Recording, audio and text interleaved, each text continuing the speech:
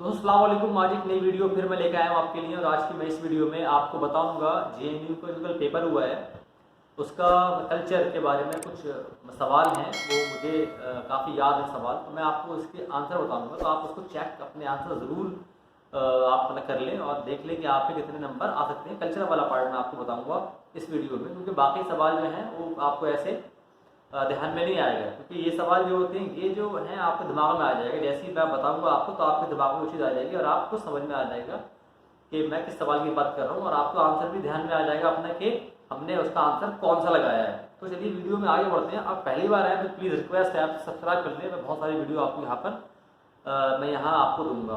तो पहला देखिए, जो आपका सवाल आया था वो आया था अमीर जो खुसरो हैं वो किस सिलसिले से बिलोंग करते हैं। तो ये चिश्ती इसका ऑर्डर है, मतलब चिश्ती ऑर्डर, ये सवाल आया था। दूसरा सवाल आपका आया था ट्यूनीशिया का प्रेसिडेंट कौन है। तो इसका आंसर था कैस सईद। और थर्ड जो सवाल था वो था तालिबान कहाँ बना था। ये इसका आंसर है कंधार। चौथा एक सवाल आया था जो लैंग्वेज के 4 ऑप्शन दिए थे, उसमें ये पूछा था कि इनमें से कौन सा मैच जो है वो सही से हो रहा है। तो उसका आंसर था अरमैइक और सेमिटिक। अरमैइक जो है वो एक मतलब सेमिटिक आपकी लैंग्वेज है, ये सवाल आया था। उसके बाद एक सवाल आया था नॉर्थ कोरिया का सुप्रीम लीडर कौन है। इसका आंसर था किम जोंग उन। ये सवाल तो बड़ा ही आसान था, सबने कर दिया होगा। उसके बाद एक सवाल आया था मतलब आपका सगराडा फैमिली चर्च। ये सवाल लास्ट ईयर का रिपीट हुआ था। इसका आंसर था बार्सिलोना। उसका एक सवाल आया था दोस्तों हर्फ एक वर्ड होता है, एक टर्म है, उसका मतलब क्या होता है। तो हर्फ का मतलब होता है लेटर, उसका साउंड था, वर्ड था, ऐसा ऑप्शन थे। तो हर्फ का मतलब होता है लेटर। उसके बाद दोस्तों सवाल आया था अंडर 19 का वर्ल्ड कप 2020 में जो है वो किसने जीता है, या उनमें से जो भी हुआ था इसको जीता था बांग्लादेश ने। तो उसके बाद एक सवाल आया था कि इनमें से कौन सी जापानीज डिश नहीं है। तो इसका आंसर टेम्पुरा भी है, शोबू शोबू भी। शोबू शोबू था, डिश का नाम शाबू शाबू है, लेकिन बहरहाल वो उसका आंसर पहला वाला है, सिजिलेमा ऐसे कुछ आपका ऑप्शन था। तो वो जापानीज डिश नहीं है। इसमें चाइना का नोबेल प्राइज इन लिटरेचर किसको मिला है। उसका आंसर था मोयान। इसके बाद दोस्तों एक सवाल आया था पश्तो कहाँ कहाँ बोली जाती है। तो ये इसका आंसर है अफगानिस्तान और पाकिस्तान में। इसके बाद दोस्तों एक सवाल आया था हाराकिरी जो आपका जापानीज टर्म है, इसका मतलब क्या होता है। इसका मतलब था एक्ट ऑफ सुसाइड। एक सवाल दोस्तों और था, वो था मतलब सलमा डैम जो कि इंडिया बना रहा है अफगानिस्तान के अंदर हेरत प्रोविंस के अंदर, वो किस रिवर पे है। तो इसका आंसर था हारी रिवर, हारी। उसके बाद दोस्तों एक सवाल आया था अफगानिस्तान को कब मिला था फ्रीडम ब्रिटेन से। इसका आंसर है 1919। उसके बाद दोस्तों एक सवाल और आया था वॉक टू वर्क ऑन मतलब आपका वेडनेसडे डे। तो ये सवाल था आपका, ये इसका ऑप्शन आंसर था मेघालय ने ये इसको स्टार्ट किया है। नेक्स्ट सवाल आया था वो आया था आपका रेणुकाजी मल्टीपर्पज डैम किस रिवर और उसकी 2 मतलब आपकी ट्रिब्यूटरी पे है। तो इसका आंसर है यमुना। उसके बाद दोस्तों एक सवाल आता है reunification of China one nation two system. ये इस पॉलिसी को स्टार्ट किसने किया था। इसका आंसर है डेंग शियाओपिंग ने इसको शुरू किया था। उसके बाद दोस्तों नेक्स्ट था लासीन बोलते हैं, मतलब पेरिस में एक रिवर है। तो इसका आंसर पेरिस है, ये रिवर बहती है मतलब पेरिस से। नेक्स्ट दोस्तों सवाल आता है बुक है मतलब गुलिस्तान, बुक किसने लिखी थी। तो इसका आंसर है सादी। नेक्स्ट दोस्तों सवाल आया था वॉर एंड पीस, ये भी एक बुक है, बहुत फेमस बुक है, किसने लिखी थी। तो इसका आंसर है लियो मतलब आपका टॉलस्टॉय। नेक्स्ट दोस्तों एक सवाल आया था फॉस्ट जो है एक ड्रामा है मतलब जर्मन में, वो किसने लिखा था। तो इसका आंसर है गोएथ। उसके बाद दोस्तों एक सवाल आया था 2019 में मतलब आप मिडिल ईस्ट की एक राइटर थी जिसने लिखा था सेलेस्टियल बॉडीज नाम की बुक थी, ट्रांसलेशन था, वो किसने लिखा था, वो प्राइज किसको मिला। तो इसका आंसर है जोखा अल हारती। उसको दोस्तों एक सवाल आया था लेनिन का मोजोलियम कहाँ पर है। उसका आंसर है मॉस्को। एक सवाल दोस्तों और था जो मतलब प्योंगयांग जो कि नॉर्थ कोरिया की कैपिटल है, उसमें से एक रिवर बहती है, उस रिवर का नाम क्या है। तो उसका आंसर है टेडोंग। उसमें आपका नैकडोंग था, हान था, टेडोंग था और एक ऑप्शन और। तो इसका आंसर है टेडोंग।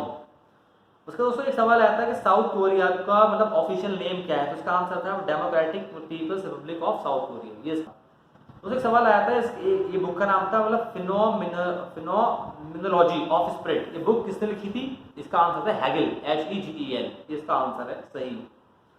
तो एक सवाल और आया था रब्बुल खली, ये सवाल जो है ये भी रिपीट हो चुका है last year, I think Arabic वाले पार्ट में आया था, तो ये सवाल भी रिपीट था। तो ये क्या है, ये मतलब आप सऊदी अरेबिया का एक डेजर्ट है, एम्प्टी क्वार्टर भी कहते हैं।